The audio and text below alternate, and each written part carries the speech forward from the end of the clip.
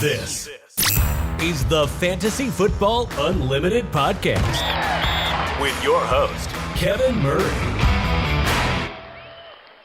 Welcome to the Fantasy Football Unlimited podcast. On this episode, we have an individual that I always look forward to seeing at industry events because he's quite easily one of the nicest guys on the planet. You know him from Fighting Chance Fantasy, Fantasy Alarm, and Spotlight Sports Group. It's Ryan Hallam. Welcome in, my friend. Well, thanks for having me, Kev. It's great to be on your show. As you said, it's always fun hanging out and, throwing back a few beers and talking about life and sports and all. It's always a fun time for sure. I'm looking forward to the next time. So what I want to know is how does a kid from New York become a 49ers fan? That is a very good question. And it's been so long. I honestly don't have like a moment or something. The only thing I can think of, I started liking them in 1986. Because I do remember that. I remember the year the Bears won the Super Bowl. Like every kid liked the Bears because they were just, the big deal. But I remember liking the 49ers the next year. I remember they lost to the Giants in the playoffs 17-3 the next year, and they lost 49-3 the following year to the Giants. So I remember when I liked them, but I don't remember like what. The only thing I can think of is my brother's a Cowboys fan, and he hated the catch so much, the Dwight Clark catch, that I'm guessing as a crappy younger brother, I just started liking the team that he didn't like.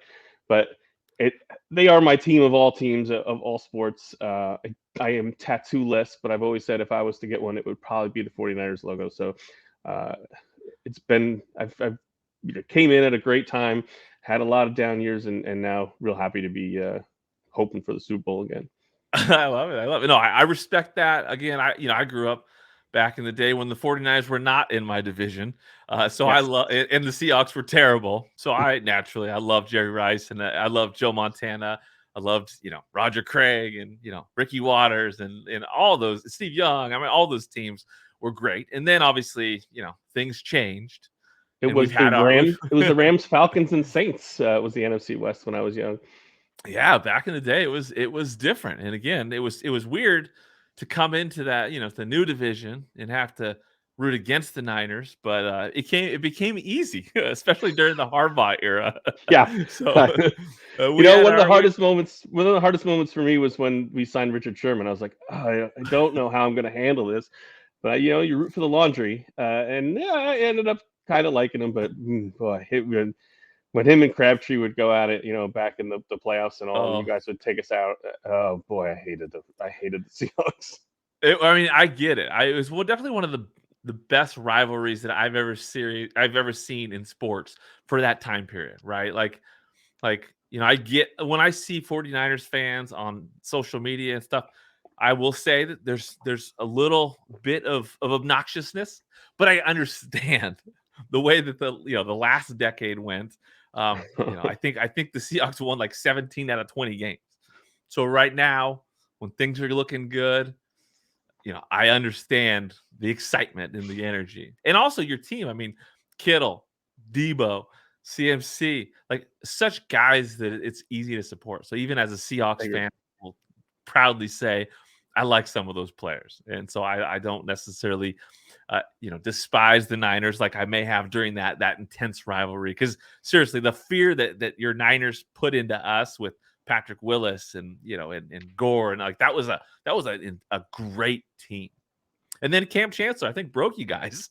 Yeah, it was two great teams. They were always real close games. They were just knock down, drag out battles every time. And yeah, I never enjoyed it when it came around, but it was definitely a good. That's the best. Like when two teams are at the top and also in the division, so you see them 2 and probably 3 times a year.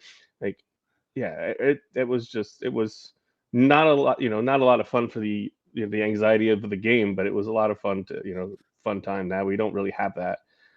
You guys are doing well, but it is a little different. And yeah, I don't despise the Seahawks anymore. Well, we're crumbling a little bit, so we'll see how it all plays out. So as for you, like when did you discover fantasy sports?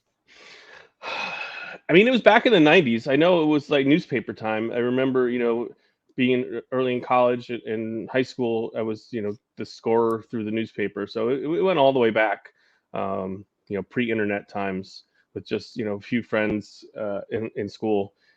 So yeah, I'm going to date myself several times, I'm sure, throughout this interview, but it was definitely newspaper scoring time. I'm there with you. I mean, back in the day with sports cards and statistics, it was easy to kind of get that mind for stats. And so for me, like that was such an easy transition into, hey, what's this fantasy thing? Totally makes sense to me because I've always been obsessed as a kid with numbers and stats. So it fit. And I'm sure you probably experienced the same thing. Yeah, I had every sports card known to man, buried in my parents' house somewhere. But yeah, and I knew all the stats and everyone's number. Yeah. It was my dad. My dad is a big sports fan. Like, I can't fix a car. I know where the gas goes. I can change the oil. But he wasn't an outdoors guy. He wasn't a car guy. He didn't build anything. He was a sports fan, and so I dove in right from like I said. I remember the Bears was 1985, so that makes me 8 years old, and I remember baseball before then. So yeah, I've been a sports fan since I can remember. Now we could go on forever, but the Bears were the first team that I remembered. So I've always loved the '85 Bears because of that, that team, like the personalities. One of the reasons why I love the Seahawks and I respect your Niners is the LOB era, and then your guys now with all the personalities. And that's, to me, that's like they were '85 Bears was such a fun team to be introduced to football with. I love that. And as for the gas tank and oil and all that, the first time I changed oil in a car, I put it in the dipstick hole. so we're on the same page, my friend. Yeah, I get contractors coming here and they're like, where's this and what's this? I'm like, you tell me. I can't help you. That's why I called you. If I could do it, you wouldn't be here. I love it. Well, sports are great. We love sports, obviously. When it comes to those early days of fantasy, do you remember any of the resources you had when it comes to content, people that you followed, people that you were, that you liked their content? There really it wasn't that many people when I started. It was very different. Like, it was like roto experts like Scott Engel and those guys were the first ones. And USA Today and Steve Gardner was doing things. He was like really one of the first people that gave me a hand. I was just a one-man blog. I got started really because my cousin, whose birthday it is, happy birthday, Mike. I'm sure you're not going to watch this, but I would give him advice, and he's like, "Oh, you should start your own blog." And I'm like, I didn't even know what that was, So he pointed me the direction of WordPress. I made probably the ugliest thing possible, and I just started putting things out there, and then that's how I started. So I don't even know that I was really aware of the fantasy industry really when I started. I live in a nowhere town. We didn't have cable. There was no internet, so it was like it really wasn't. I just kind of got in, and kind of found my way from there. That's awesome. Yeah, I can relate to that. I think that I always just use my own thoughts and brain when it comes to just making rankings. I didn't know this whole world existed either. So I love it. It's funny to look back, for me, like those early Yahoo days. I definitely remember those guys kind of popping on my screen and all it that. was magazines. I remember Fanball. Yeah. Fanball was the first magazine I remember buying, and I was like, God, it was always the kind of entertaining, and that was kind of what I tried to mold myself after. And I don't remember the guys who started that. I'm sure I know that they're still around, but yeah, that was like Fanball was the magazine I really went out to find. Yeah, you never looked at the authors, right? Like you just looked at the player capsules. I had no that's all I really did. So yeah, when I started doing it, I was like, I should kind of do it like that. And that's, I don't know if I do or don't. I don't really write much anymore anyway, but that was kind of my first inspiration. That's cool. No, I can relate. So when it comes to fantasy game of fantasy football, what do you love most about the experience? Geez, it's just everything, right? It's the camaraderie of the league. The draft is awesome. Every Tuesday, just pouring through the waivers. Every now Thursday, Sunday. I'm not one of the ones you see people on Twitter. Don't watch your matchups until Sunday. I can't do that. Like, I'm watching it. Oh, I know who I have. Maybe not all the leagues because I have way too many, but I know who I have. So I'm paying attention. I have a couple of buddies around here that are really into it, and we're like texting all day about each other's teams. So really the camaraderie and just the competition. I was raised very competitive too. So it's just an adrenaline rush, almost every day of the week. There's only a few days where, Wednesday you're not doing something with your team. Yeah, no, it's special for sure. Do you have a like a primary home league that you think is like your main league? I mean, I had one. It probably went for about 17 or 18 years before it finally disbanded. And now I kind of do one through Yahoo. That's a few of my friends here, a couple of people I met through Twitter, and then some people who never played before. It's kind of like a low impact league. I'm not really like a shark on waivers or anything. I try to give other people the experience while trying to win. So that's kind of like the one I do with people I know. There's one, one money league I've been in for probably about 11 or 12 years. That's almost always had the same owners. So that one, I guess has probably become the one that I pay attention to the most. But for the most part now, I'm really down to industry leagues. There's so many between now all the charities and the other important ones. That's where I spend most of my time. Yeah, obviously industry leagues can they can mount up for sure. In your case, I would imagine a ton. Do you have preferred settings, or is there certain formats that you love to play the most, or certain settings that I know? I will say one thing: you can touch on median scoring too. Yes, I saw that clip with James Coe the other day, and I was just like, yeah, this is just. I was at an FSGA recently. I want to say it was the one in Cleveland, but I might be wrong. I was sitting with, I want to say it was Scott Fish and Bob Lung, and we were talking about that, and it was like, I can't remember who said it. It was like, it doesn't really happen that often where someone's in ninth with the most points. Like, yeah, it's maybe you're fourth in points or whatever, but it's not that prevalent that every league every year someone gets screwed out of the playoffs. It's the person is very loud when it happens, and you're pissed. Of course, I'd be pissed off too. But I don't see a reason to just make up another matchup. I don't like these all plays. There's one I'm in where I play 3 matchups a week. Just want one. I just want one who I'm playing against. And if I win or I lose, we don't need all these other things to try to take out the luck. That's James said it perfectly. That's part of it. You know what? There's going to be other times where you score the second least points and you played the person with the least points and you eked out a win. Why should I get a loss if I won? I just don't get it. But I won't go any further with that since there was a couple guests. I don't want to keep. I like Superflex. I've really come into Superflex. I like full point PPR. Give me a couple flexes. That's fine. But I have really come to enjoy Superflex. There's a lot of good quarterbacks now. So one quarterback is, I don't want to say easy because nothing's easy, but I think Superflex just opens up a whole nother level of strategy.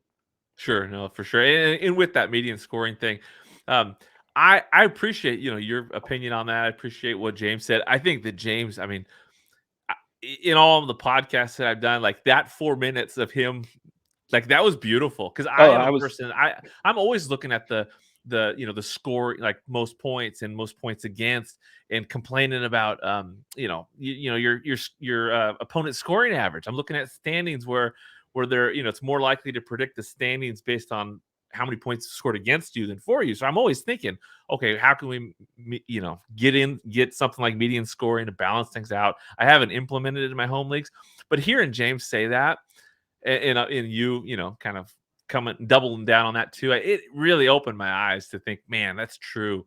The fantasy experience, who cares? I mean, there's luck, but that's not what it's about. It's about having fun.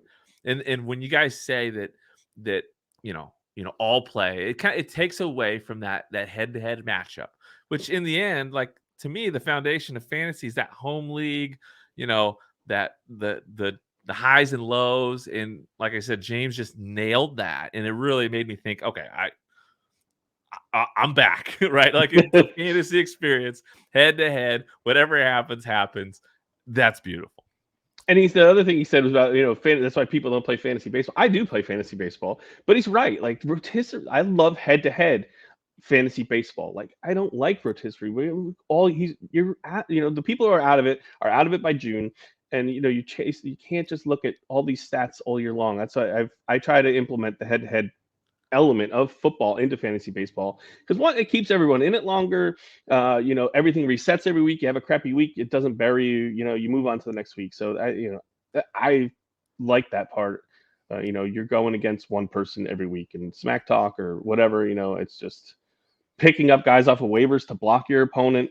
That you can take, that kind of gets taken away with the, not taken away with the median scoring, but it adds or subtracts an element. So yeah, I'm head-to-head matchup each week. Yeah, and in the end, I'm good with like having a few leagues, having some with some quirky settings. With like Scott Fishbowl, like Yes. median scoring, that's cool. Like Right. I like that. Like, but in a home primary league, let it fly. Create an environment that maximizes the chaos and the engagement and the complaints and the victory lapping. Like that's what it's about. So you guys have definitely inspired me to think a little differently about Nice. All right. Well, we're going to bring this to the masses then. So when did you first started creating content? You mentioned your blog. When did you get involved with sites? I know there's Fighting Chance Fantasy, Fantasy Alarm, all that. Talk to me about your journey in the industry. So Fighting Chance Fantasy was my opening blog. That's where I started. My brother gave me the idea for the name, and I just went with it. Like I said, it was a simple WordPress blog. I didn't know how to do anything. So I went with that for quite a while. I ended up meeting up with Jeff Manns through a person who's not in the industry anymore. And we ended up teaming up. He was doing something, I can't remember the site he was working with, but we ended up deciding to come over to Fighting Chance, and we were doing some podcasts and everything together. We did that for maybe 2 or 3 years, and then he ended up forming some sort of relationship with the Fantasy Alarm people, and that's when they picked us both up from there. That's cool. And with Fighting Chance, I will say one thing I've witnessed, through different events and correspondence with other people, the gratitude that people like Brian Drake and Kevin Tompkins and Casey Kasem and Britt Flynn have expressed about you, it's unbelievable. It's a testament to your character. When you hear those kind of things, how does that make you feel? I'm probably going to give a short answer because no, I am an emotional person, and it means everything to me, because I really don't ask for that. And didn't do that to hope to be thanked. I know Britt and Casey both brought me up at the expo at the women's panel last year, and it was just, it's very nice. It's very, very nice. They're all wonderful people. I'm better off for finding them than they are for finding me. I opened a small crack in the door, and they all blasted through it. To see what they've all become and what they've done and how they've progressed is wonderful to see. And I like to say I'm better for finding them than they are for connecting with me. Well, you're the ultimate fantasy industry talent scout. Like you've discovered some amazing people that have had contributed so much, and have found jobs in the industry. It's really cool to see. And again, when I hear like the way Brian Drake or Kevin Tompkins talks about you, it's really cool. And again, I think it definitely says a lot about you. And those are great people. So you're right. I mean, they deserve all that spotlight for sure. Talk to me a little about a Fantasy Alarm, your role with Spotlight Sports Group and Fantasy Alarm. So for many years, Fantasy Alarm, after they picked us up, we're doing all the writing, all the podcasts. We got on Sirius XM, Jeff and I. Actually, our old producer Drew Phelps tweeted a picture of us at an old FSGA just this morning, which was pretty funny. And it was just content and podcasts all the time. And then I had to take a step away from the industry for a number of years, and was able to keep my contacts. Over time, I'm a social person. So I just still just talk to the people. So eventually I came back through Fighting Chance with Steve Rappin. I'm sure you know him. And then eventually it was just like, I gave up the thought of this ever being my job. I was like, yeah, just going to do it with Steve, do what I want to do, say what I want to say, just have fun with it. And then eventually one day I was like, well, why not? Why can't I? Maybe I can do something. So I got back in touch with Fantasy Alarm guys, and they brought me in part-time at first. And then I started doing their projections, and that's what vaulted me to full time. So I was doing some content and some projections. The guy who was heading the projections left the company, so then they were like, "Well, it's yours now." And so haven't written an article in like a year and a half. But yeah, so the projections is really most of my full-time job. The only other thing we have, all the contests that you see, we do for other companies. So I do like prop contests for different sites, and like NCAA brackets and college bowl pick'ems and things like that. So it's actually content is not anything I really do anymore. I do other things, and I actually kind of like it. And that's through Fanjections. Talk about that Yeah, a little bit. yeah, that's kind of like the branch of the company, what they called it. So it's all under Spotlight. Fantasy Alarm and Spotlight have kind of split again. So I'm technically, well, even though I have the hat, they don't sign my paycheck anymore. But Fantasy Alarm's always in my heart. So yeah, it's kind of like an offshoot part of the company, but it's all under the Spotlight brand. That makes sense. Now, let's talk about the community. Obviously, again, we've talked a little bit about FSGA or the Expo. What has connecting with people in the industry meant to you over the years, especially, specifically talking about like the Fantasy Football Expo? The Fantasy Football Expo is the greatest thing that I look forward to it so much every year. It also always coincides with my birthday, which is awesome.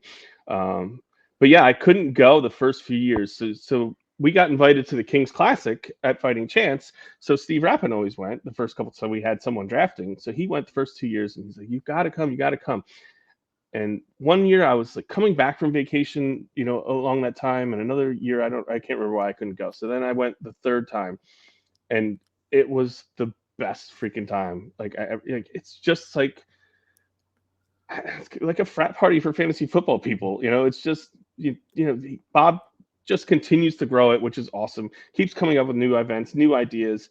Des Bryant was there last year, which was awesome. But yeah, I mean, I connected with so many people that I didn't know. Like Mauricio Gutierrez is like, I text the guy like every other day. Drew Davenport. It's just so much. You get to hang out with Bob Harris and like every Doug Orth, JJ Wentner. Like I could go on and on and on. Of people that I didn't even know who they were before I went to the expo the first time, and now like I've really become friends. Like there's a picture of that went around of, we were out playing pool the first night, and I was blasted, of course, but it was me and JJ and Doug and Mauricio. We're all just like in a big hug pile. I'm like, 3 years ago I didn't even know these people existed, and it's just you. And there's so many people there. Like you'll find your clique. You'll find a group. But it just continues to grow. Like last year I hung out with stepmom Lauren a lot, which I didn't really, and her husband, and they were like freaking really cool. And then it's just you just meet somebody new every time, and it just becomes like it's not enough time. The few days isn't enough time. Like I mean, I don't want to be away from my family for a week, but like it's just so much fun. And Bob does such a great job. I can't wait. I think this year the Sunday is my birthday, instead of last year's Friday was my birthday, which I left my debit card at a bar in Canton, which was awesome. Which it turned out I went back the next day and I opened a tab for one beer. I'm like, you freaking idiot! You walked around all the next day without your card, and it was for one freaking beer. I love it. But yeah, it's just the best time. The party Friday night is just in that field in Canton is just like the coolest thing. Just love sitting there, just take it all in. Like this is just really, really cool. And you just all these people you interact with on Twitter or whatever during the year, it's like your chance to hang out, and it's just as great as it is online, if it not a million times better. So yeah, like this year was like Wendy and Rachel, and I met Hope Myers, and just it's I can't say enough good things about it. True. No, it's one of those things where it's the coolest things to me. Like each year, it's just more connections. But it's like a family reunion. Like how people are just so much more comfortable with each other. There's less nerves. Each year people going back. It's just so natural now. It's the best. I think you summarized it pretty good. I was going to ask you, some of the connections you've made that have been surprising and good, but you covered a lot right there. Who's on your bucket list? The people that you want to connect with, or you've been thinking about, you want to really connect with next year? Again, we're not that far away. It's going to be here. That's a good question. I don't know. I don't know that I have the answer to that. I just, it's just so easy to just go up and really talk to anyone. Uh, Rich Rebar I talked to him for like 5 seconds, last year. So maybe, talk with him some more and some other people. It's just like everyone's so approachable. Like even like the big people in the industry, like they just hang out and just talk to everyone. So it's just like it's such a community feeling. It's almost like there's no intimidation to go talk. And it doesn't hurt that the best of us are just like the most approachable people. Like, can you get better than Scott Fish or Bob Harris? Like these people who are just have followings upon followings upon followings and are just normal people and are just really cool and are willing to talk to everyone. So that's one of the best parts of, I think, the fantasy football community is how really good the people are in it. For sure. And like a guy like Andy Behrens comes to mind, just, nicest people, right? Yeah. So I love it. Tell me about your experience with the live Scott Fish Bowl in New York this year. It was very wild. There was just so much going on, leading up to it. We had 4 drafts there. We had, ideas to do satellite drafts, which didn't end up happening. But, I had Mike Hoff and Rick Wolf and JV Barry were helping me. And it was great. I mean, the people there were so cool. We had such a good time. It turned out to be, I don't know, about 75, 80 people came. And it was just easy to connect. Everyone had a good time. We had everything from Hutch to Rick. So we had, the age gap was just everyone was there. Everyone had a great time. I can't wait to do it again. I'm hoping, assuming that Scott will let me do it again next year. I want to do it bigger and better. We had a silent auction. I'd like to up that a little bit next year. But it was just, the people were so much fun, and that's really what it is. Like, again, I've said it 3 or 4 times, but it's just the people just make it what it is. I put a few things together, but it's not anything without people who are coming there to have a good time. And the drafts went off fairly smooth, and it was just, I think, came away. Everyone came away with good feelings about it from what they've told me. It's good. No, it's one of those things. It's like a more intimate kind of mini expo experience. And you're right, the people make it special, but it's a lot of work to put those together. I know from personal experience. But it looks like you guys had a great time. So I can't wait to see what you guys come up with for 2024. It's tough because I don't even live down there. I live upstate, so I'm like 100 miles away. So it wasn't like I was even down there to even help with some of it. It was more, we had the group chat. You have to hold 50 people together. Hope the chat doesn't go in the wrong direction and people start blocking people, and then they get thrown out of the group chat. And it's just a lot. There's so many little things you don't even think about. But we had a really good group of people. We had a guy down there, and his wife came, and he's like, I had met him through, I do those reality show fantasy leagues on Twitter. So he's played that for a while. So he introduced me to his wife, and he's like, oh, she's the brains of my operation. So Scott put a league in together at the last second. I was like, oh, get her in. She's kicking ass. So, cool. so stuff like that. The guy came and was doing the stickers. He just came off the street. He got into another league. And so it was just fun little stories like that. It just makes everything so awesome. That's great. Hey, let's dive into some rapid fire questions. I'll throw out some questions. You just let me know what first comes to mind. What's been your biggest challenge, most difficult challenge in the industry thus far? Managing too many leagues, I guess. It's just, like I said, I don't know how many, man. It's got to be close to 20. But it's just, and also just, as far as the industry is concerned, differentiating yourself, it's just so many people in it. So many more people join all the time. Everyone has a podcast. Everyone has this. So just trying to do something to make yourself a little different is certainly a challenge that me and everyone faces all the time.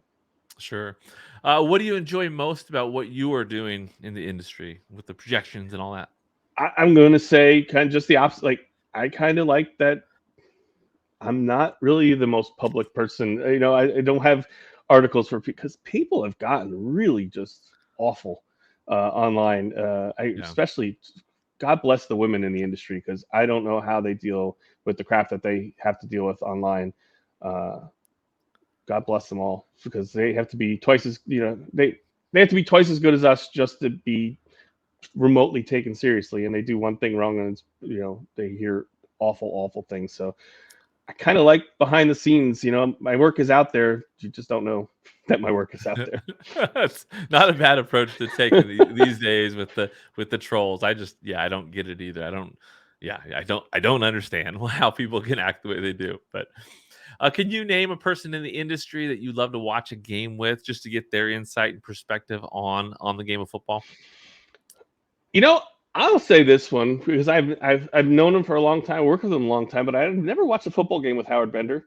I think that would be a good time. Yeah, he clearly, just go off of his work and his DFS.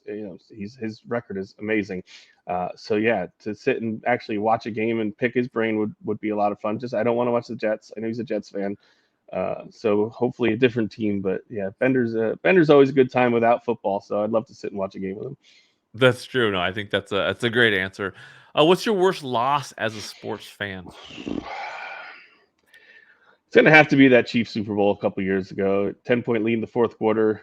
It was 2020, so it was like nobody here, because I like to throw a Super Bowl party every year, and just to the 49ers have won 5. I was too young for the first 2, so I've seen 3, but I was in high school the last time, and I now have 2 high school children, so that's how long it's been since I've seen my team win the Super Bowl. I really dislike the Chiefs. I disliked them more after that game. So yeah, the remote did go flying on that one. So the Chiefs, that's maybe some recency bias. I know we've had some other bad losses. Giants have kicked us out of the playoffs a handful of times. Once in public here at Buffalo Wild Wings. So I was the only 49er fan in the place. It was the year that they had the 2 muff punts. And then the Giants kicked a field goal, and I'm like, I'm not even going to watch I left before the field goal was kicked. So I've had some bad ones, but I'm going to go with the Chiefs. That's a good answer. It makes a lot of sense for sure. Height. The height does not get any bigger than a game like that. So, what's your favorite all-time moment as a sports fan? I'm sticking with the 49ers. I'm going to go back to the first one, and that's Super Bowl 23. Joe Montana threw a touchdown pass to John Taylor with 32 seconds left. So that was the first Super Bowl that I remember them winning. It was the only one that was close because they blew out, the next 2. But I remember that makes me about 10, and I was a small kid. I remember we had people over, and one of my brother's friends, he's 4 years older than me. I remember them throwing me into the air at that moment. Wow. So yeah, that's Super Bowl 23 of that one. God, you can't beat your team scoring a touchdown with 30 seconds left to win the Super Bowl. Yeah, it was a phenomenal game. You got Boomer Esiason and Ickey Woods on the other side. I remember that game quite well. It was a good one. And again, that was back when the 49ers were not in my division. So, yes. So I was all for it. You're in the AFC, right? You're in the AFC West. Yeah, AFC right? West, yeah. Baby. You got the Raiders and the Chiefs and the Chargers. And the Broncos. I growing up as a Seahawks fan, there's no one you hated more than John Elway, because this is when Elway was just a gunslinger, not when he was winning Super Bowls, when he was losing Super Bowls, just a gunslinger, and his mobility was phenomenal. Most frustrating guy to watch for sure. And then you got Derek Thomas, sacking our quarterback Dave Craig a million times. Good memories from those AFC West days, but obviously Seahawks have had more success in the NFC West, so I'll take this era better. Or more. What are your favorite hobbies and activities outside of fantasy sports? All right, so I lead a pretty basic life. I don't really do a whole lot. All right, I've got 2 teenagers, so obviously they take up a lot of time.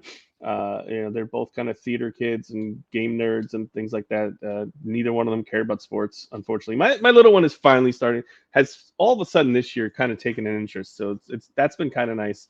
She knows players' names and will sit and watch with me for a while. So, they are a lot of I like to go to breweries with my friends, in case you could tell by the shape of me. But yeah, I live work. I come, at the end of the day, we like to sit down, watch a couple hours of TV, and just kind of chill out and hang out. Yeah, it makes sense. I think it's pretty common for a lot of people to have that same perspective, especially this phase in life, for sure. Side note from the rapid fire, driving my daughter to school today, and she's got a a boy that's I've been a friend over the years. She's like, Daddy, he's a 49ers fan. And I saw him in a 49ers jersey the other day, and I said, geez, like that's not good. How'd that happen? That's too And bad. then she starts saying, well, it's hard because she's like, McCaffrey's my favorite player. I love Debo. She's like, Kittle's funny. And she's telling me all these things about the 49ers. And I'm like, wait a second. I'm proud that you know all these guys, but at the same time, are you siding with him? So, side note, but tons of fun for sure. What's the last TV show that you binged? Currently watching Servant on Apple Plus, M. Night Shyamalan show. We just started the last season. Good, not amazing, not one I'd tell everyone to run out and see, but it's a solid show. The last one we finished I'd say Fall of the House of Usher on Netflix, which was phenomenal. If you are kind of into dark stuff and a little bit of gore, really, really good. Obviously based on Edgar Allan Poe stuff, but modernized, and there's some pretty cool, gory things about it. So if you're a fan of horror or a fan of a little bit of suspense, definitely the Fall of the House of Usher I'd recommend. Do you have an all-time favorite show? Game of Thrones, no doubt. And people bitch about the last season. I didn't think it was the very, very end. I didn't like how they wrapped a couple character stories up, but God, from start to finish, has everything. It's got action. Yeah. It's got a lot of incest. Horror, drama, comedy. It just had everything, and just the characters were fantastic. The actors were fantastic.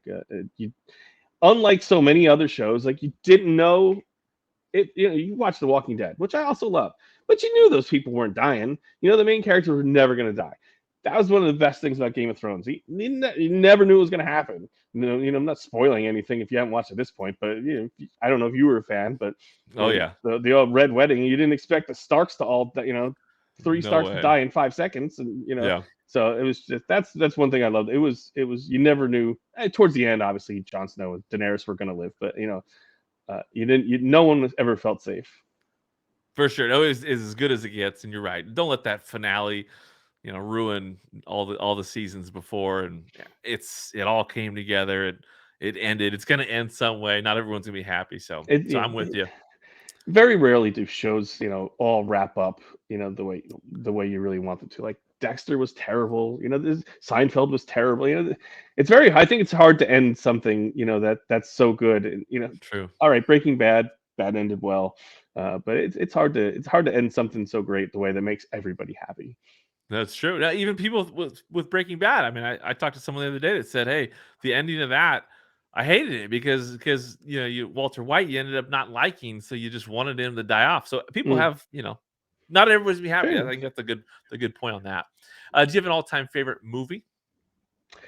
It's always hard to say. Like there's so many different genres to just pin down one is really tough. If I had to pin down one, I'd probably say The Princess Bride. It's just like nice. The perfect story to me. Like I've seen it so many times. It's so quotable. Right? I mean, it's amazing. Everything about it is amazing. I could probably recite it, front to back. All the gifts, all the everything. Andre the Giant. It's just fantastic. So Tommy Boy is probably my all-time favorite comedy. Pulp Fiction is really hard to beat. So it's really hard to nail down one movie, but if I have to say one, I think I'm going Princess Bride. Yeah, you're right. There's categories and genres, but how about like a favorite sports movie? Do you have a favorite sports movie? Remember the Titans. Okay. Yeah, I think not only great story and great actors, I think a great message that I think maybe everyone should review again these days. Yeah. But the story is fantastic. Denzel Washington is a freaking treasure. And just the story and the acting I thought was just so good. I love it. How about a favorite band or musician? All right, so this is like everyone posts their Spotify rap right now. Like we're gonna know who everyone. And I'm just not really much of a music person. Like everyone thinks I'm like I go to the gym, which I don't very often. Like I don't listen to music. I don't, I work at home. I don't have like music on during the day or anything. Like I've never really been. I don't have a song. I was telling my kids this last night. I was like, I don't have a song. Like everyone's like, oh, that song moves me. I'm like, So I was into like punk rock when I was a kid. So like Green Day was always one of my favorites, and one I've never seen live, which kills me. But that's what I just went and saw the Violent Femmes recently. I saw Jimmy Buffett, thankfully, before he passed away. So that kind of gives an idea of the stuff I like. That's good. Violent Femmes. I haven't heard that name forever. I love that fantastic. back in the day. They were so good. They were so good. Yeah. And there was like a local rock academy in Woodstock, and they let the kids open for them, and they were phenomenal. Like they blasted rock tunes. They were so good. And then the Violent Femmes let them play with them in a couple songs, introduced all the kids, and these are teenagers. It was an awesome show. They're really good. I've seen them twice in the last 3 years, and they're a really good show. That's awesome. That's definitely a flashback. I love it. What's one place that you love to go on vacation? All right, so we never go to the same place twice. I just like to see different places. Sure. Europe, I love going to Europe. I've been there just twice. I went to Ireland. I went to Italy. I love going to Europe. We're going to Scotland in May. So I just want to get over there more and more just to see different parts. It's a very different world than we live here. I went to Hawaii once. The most beautiful place in the world. I'd love to go back there, even though it's a very long flight. It's like 6 hours to California from here, and then another 6 hours to Hawaii. So it's a lot of travel, and I don't live close to an airport, so I have to like drive 2 hours to get to a New York City airport to get on 12-hour flights. So it's a heck of a hike, but God, it was so wonderful. So Europe and Hawaii, and everyone should try them. Yeah, no, we're spoiled out here. I feel like we're cursed on the West Coast, especially the Pacific Northwest, because we don't have things as close. I mean, California is like the closest we get when it comes to destinations, maybe Vegas, that kind of stuff. But East Coast, man, you can get anywhere so quick. For us, Hawaii again is like easy, so we kind of take it for granted. Where a lot of us up here, it's like we think about the Caribbean because that's the beautiful water and all that. So yeah. Like I've been to Savannah, Georgia a few times. My wife lived there before, so I've been. That's beautiful. Myrtle Beach. I've taken the kids there a few times. So yeah, there's a lot of places, a lot of great places. As much as I complain about snow and things in the Northeast, it's actually a pretty nice place to live. And I'm not that far away from New York City. If I wanted to go down there, which I don't do very often, but for a small place, I live in a pretty good spot. Good. What's one thing you're just truly deeply grateful for at this time? I guess it goes back to things we've been talking about, and it's just like relationships, and just I've met so many cool people along the way. The people that I've been able to call friends. Like the people that I've listed, throughout the show. I'm just thankful to. Yeah, it's gonna sound stupid. I'm just thankful for being accepted, and thankful for to have people that I really care about and can talk to at any time, and just really feel like I click with them. So it's obviously life, health, family and all that, but just the relationships I've forged over the years. It means an awful lot to me. That's what it's all about in the end. Special relationships, connections, and it's I've witnessed so many great relationships and connections form in fantasy within the community, and so having gratitude for that is pretty awesome.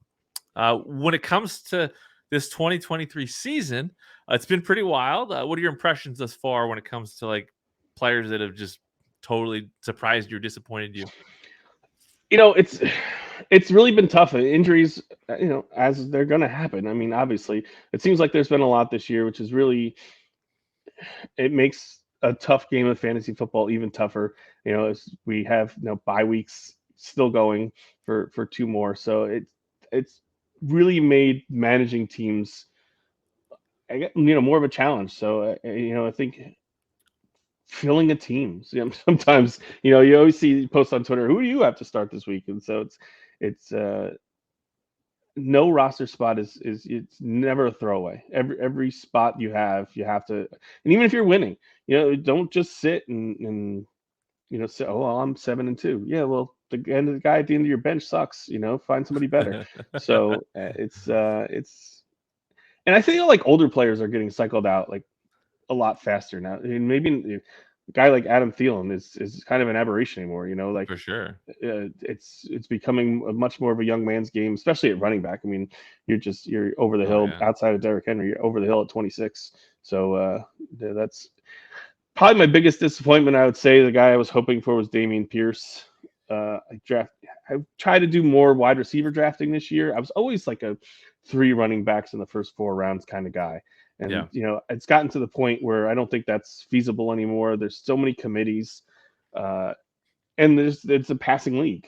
So it's kind of think of the strategy. And so there's so few bell cow backs anymore. So do you try to get those because that gives you a little bit of leg up, or do you go wide receiver and try to hit some? And Pierce was a guy I drafted a lot as my second or third. I thought he was great in his rookie year before the injury. I thought he'd come in this year and be terrible, and Houston can't run the ball at all, and he has been absolute garbage. And the teams he's on, he's certainly pinned to the bench. So he's the one that probably disappointed me the most. It's surprising too because Stroud's killing it. Like the offense is actually moving the Yeah. ball. So if you were told at the beginning of the year that the Stroud is going to crush it and the offense was going to play pretty well, you would have taken that in a second, right? Yeah, I mean the only good thing I'll say out of that is I took a chance on a lot of Tank Dell, which is that has worked out. Maybe to counteract the Dameon Pierce. I was telling somebody the other day, like, my phone, because I have every notification on demand set for football on my phone. When he scores a touchdown, it's like the 4th of July fireworks. I mean, he's on so many of my rosters. So I'd love to watch him score and then just see him and scores in this league, scores in this league, scores in this league. So yeah, I like it. He counteracted my Dameon Pierce failures. Nice. Okay, so playoffs are coming. Can we form a roster? I guess 1 quarterback, couple receivers, couple running backs, a tight end that you'd love to have, down the stretch this year. As much as he can be inconsistent, I like Justin Herbert's schedule down the stretch. I know he's got Denver a couple times who've been better, and he's got Vegas. He's got a terrible team this week. I can't think of who it is off the top of my head. New England. I know it's outside, but I don't think it's not really cold up here yet. Gotta go with McCaffrey. It's just they just feed him the ball so much, and although he only tied the touchdown record, he's almost good for a touchdown every single week. Kyren Williams, I think after last week, I think is someone who's going to just explode the last few weeks. Got those few off, a little bit of fresher legs. Yeah. Not much competition for carries there, catches the ball. So I think Kyren Williams is going to score some big points. Although it's hard to get Jahmyr Gibbs is kind of the same thing. Detroit has found out a way to use him even with David Montgomery. So maybe he could be my flex. Michael Pittman has a nice schedule down the stretch, and him and Gardner Minshew have been really, really good together. Tyreek Hill is kind of like McCaffrey. Like it's just every week they just feed him the ball. He doesn't have 100 yards. It's kind of like what happened. And tight end is close. I'll go with Kincaid. It's if you want like Laporta, Kincaid, or McBride. If you don't have Hawkinson or Kelsey, like you want one of those 3 kids. And I really like Kincaid. Gabe Davis has been a little bit better the last couple of weeks, but I think Kincaid is kind of like the 2 on that team. And although Buffalo has been very inconsistent, he's becoming more consistent by the week. For sure. Now, obviously, you have you've had a journey in the industry, which has been fun to hear about and witness over the years. Can you name a few of the people that have just had a massive impact on you during your run? Yeah, I could do a whole hour on this, but because I will say, no one gets there by yourself. There's always someone who helps you along the way. It's just a matter of being in the right place at the right time with the right opportunity and meeting the right people. So I mentioned him once already. Steve Gardner. I will forever credit Steve Gardner as being the first person to really give me a hand. I was a one-man blog with I don't know how many readers, and I was in USA Today. We used to have a Sports Weekly newspaper, and I got in it a lot of times because of Steve Gardner, and that really helped my I could definitely see my readership go up after that. So Steve, I'll always be thankful for him. Obviously Jeff Manns, was really my first partner. We grew up together, and we don't really talk a lot now. I saw him at the expo and we hung out for a little bit, but yeah, like we came from 2 guys in their basement to XM satellite radio together. We had so much fun together. he was good for me because I was quiet and a little more reserved, and he was, the guy who would say whatever, and eventually that brought that out on me. So I was very shy as a kid, and I wasn't shy at like 26 or whatever when I started doing this, but he certainly, got me to the point where like, yeah, just say it.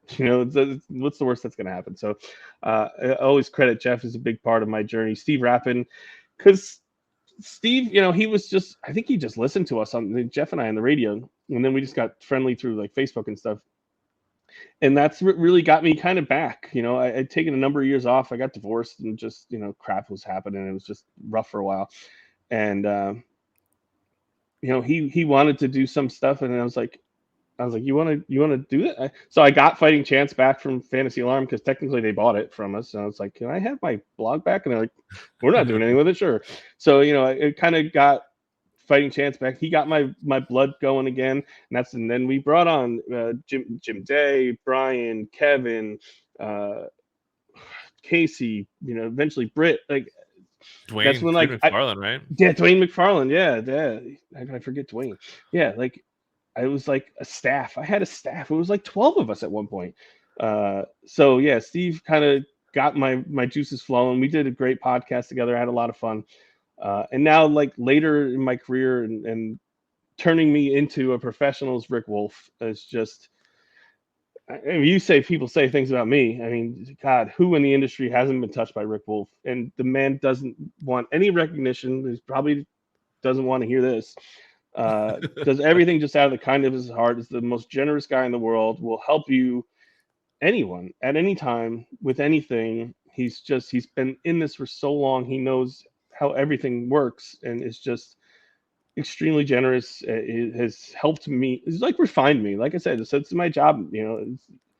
It's taught me to be professional, or taught me how to be a better professional, and be a great friend too. So yeah, those 4 people I would say, and there's a ton more, but I don't want to go forever. So Steve, Jeff, Steve, and especially Rick have been awesome. It's a great list. It's a perfect list that makes all the sense in the world. Now, what advice do you have for people that are looking to get into the industry, get more involved in the fantasy sports industry? I mean, first, don't be a jerk. And then you don't think that should be advice, but it is. Someone else's success doesn't take away from yours. Just because someone else gets something doesn't mean you can't too. Obviously, make connections. I just got done saying, no one gets there by themselves. It's fantasy football. We're not curing anything. Just be aware. Like I feel like there's some people who think they're celebrities. We're not celebrities. It's fantasy football. It's okay. Have fun. Be yourself. Be giving. Be generous to others.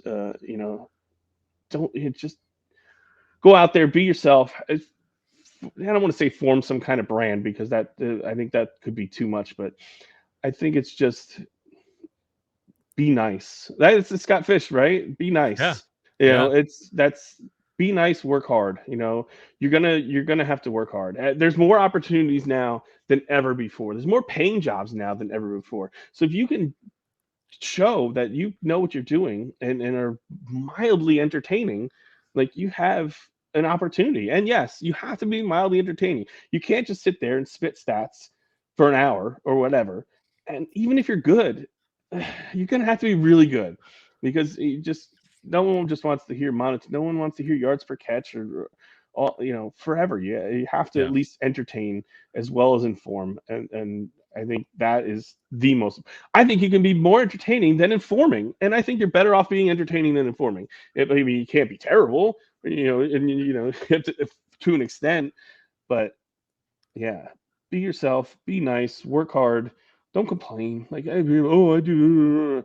No one wants to hear that. No, be positive. It's a positive influence. That's what you have to be, and people will find you. You don't have to victory lap. If you're good, people know it. You don't have to tell us that you're good. We know you're good.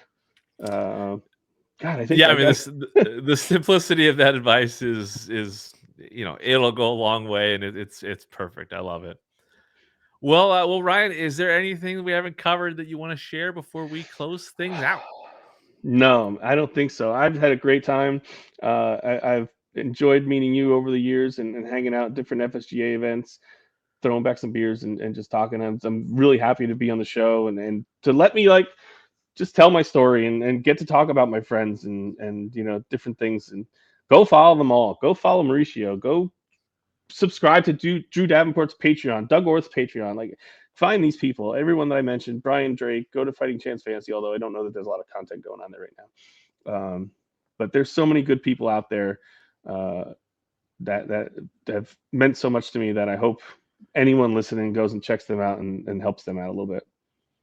I love it. Well, you can follow Ryan Hallam at Fighting Chance on Twitter, X. Where else can people find you? I mean, I'm on Instagram. I have a TikTok account. I've never done anything with it. But like I said, most of my work now is really behind the scenes. So it's not like you can go read my advice or anything. So that's why I'm just, saying good things about people that I know. Don't read me, read them. I love it. No, that's perfect. And again, it's a pleasure to have you on here. Like I said, it's always a joy to meet you and see you in person.